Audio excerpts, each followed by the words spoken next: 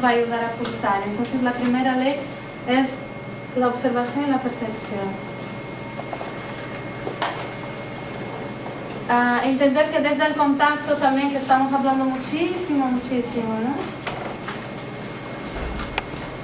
Desde el contacto, desde esta presencia presente, desde el sentir, desde el observar, desde estar, de qué manera podemos contener, ¿no? Es lo que estamos hablando aquí de límites, ¿no? De que los límites que no sean solo la prohibición, sino la presencia, ¿no? Que los niños sientan esta contención, este lugar cómodo para poder estar, sentirse y soltar sus pulsiones, ¿no? Sus pulsiones más profundas, más vivas, ¿no? Que están ahí, que pulsan también. A veces queremos que los niños estén tranquilos, ¿no? Que sean muy obedientes, que tal, ¿no? Y los niños son pulsión y a veces nos asusta mucho. En los grupos pues trabajamos con esto, ¿no? Vale. Entender el continuum ontogénico, que fue lo que Cristina hablaba mientras veíamos las fotos, ¿no? Trabajamos desde entender esta continuidad, desde la concepción hasta la adolescencia, que es más o menos donde se forma, donde se construye el yo de la persona. Y después de este tiempo es cuando la persona va a gestionar su vida a partir de aquello que ha construido, ¿no? Entonces este continuum está siempre. Entender también que lo largo que es el tiempo, estamos siempre creciendo. Hemos estado en la barriguita de la madre, luego ha nacido, pero sigue el crecimiento, sigue la oportunidad de mejorar la salud. No es que tenemos que enfocar en los 3 primeros años y ya está, no, de qué manera mantener esto o de qué manera compensar lo que no se ha podido tener.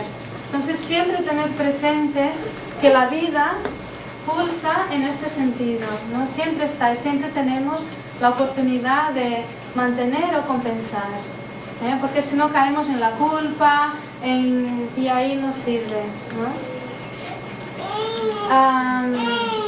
El ser humano, el proyecto humano, pues tiene como línea de autorregulación, ¿no? Un crecimiento expansivo, un crecimiento progresivo, un crecimiento creativo, ¿no?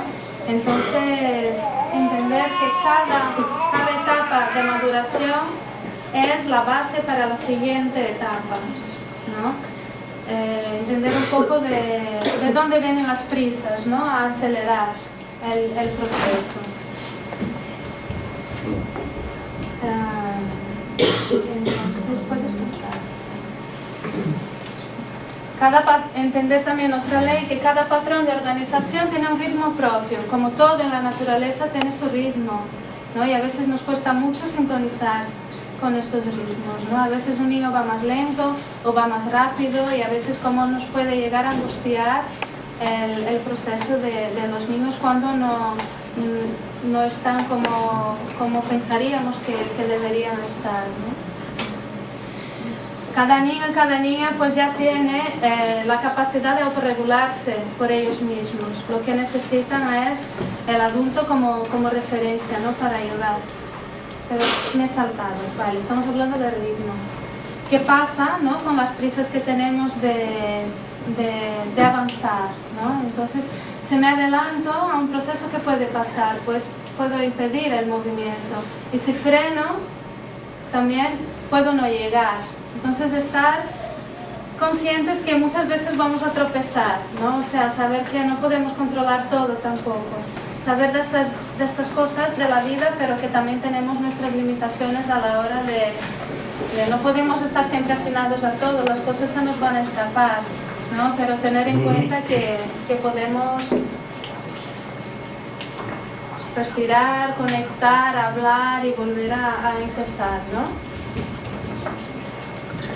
Vale, esta página. ¿Qué otra ley es basada en la relación, ¿no? La relación, aquí es otra cosa y voy a decir otra cosa. Entender la relación entre los miembros del sistema familiar, ¿no? De qué manera estamos, de qué manera paramos, de qué manera nos relacionamos, de qué manera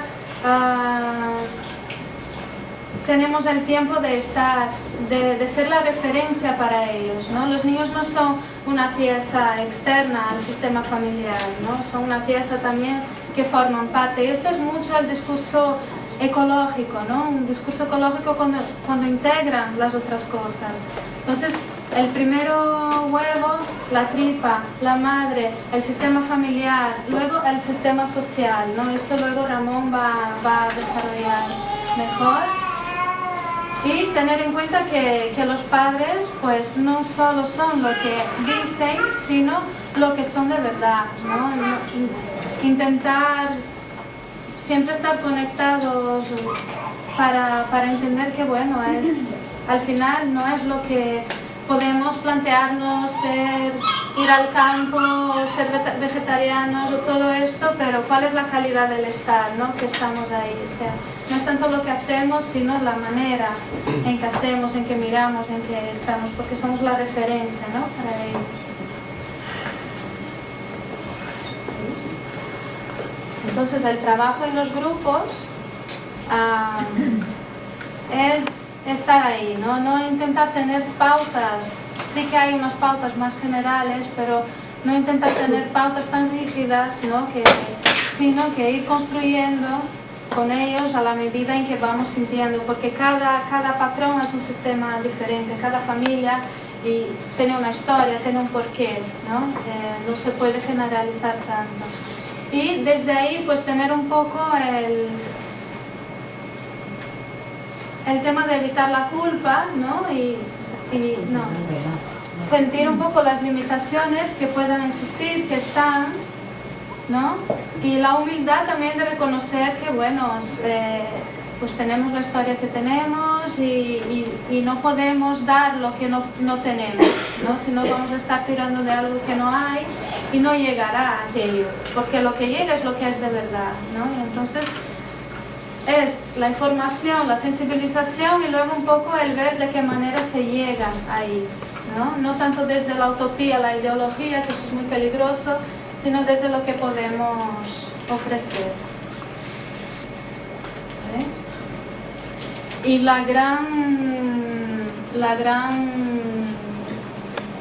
el gran aporte de los grupos yo creo que es el apoyo mutuo, ¿no? El sentir que uno no está solo, que lo que vive también pasa con otras mamás, con otros papás y luego toda la red social que se forma no solo en los grupos sino fuera, ¿no?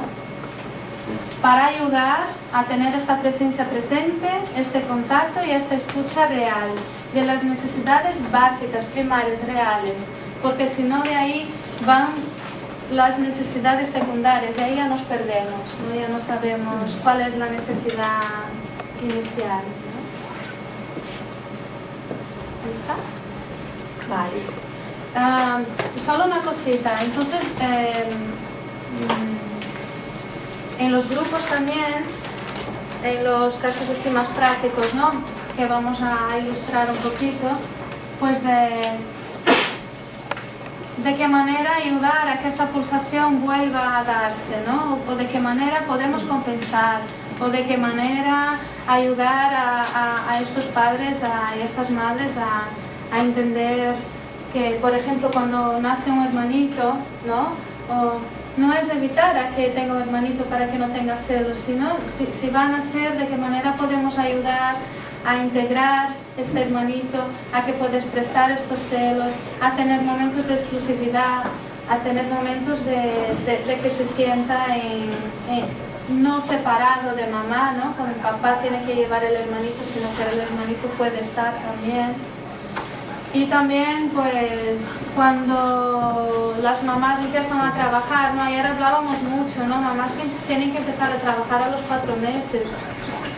Desgraciadamente vivimos en un sistema donde no hay este apoyo a la maternidad y entonces, ¿qué hacemos? Pues vamos a ver cómo podemos compensar esto, qué es lo principal, qué haces cuando llegas en casa. ¿no? ¿Qué haces cuando estás con tu hijo? Pues de qué manera lo das, ¿no? Esto es lo importante y es esto lo que queremos trabajar en los grupos, ¿no? Lo que tenemos, lo que nos falta, ¿no? Sino los puntos fuertes que podamos dar, no solo quedar en la culpa, en la impotencia que no podemos. ¿Sí?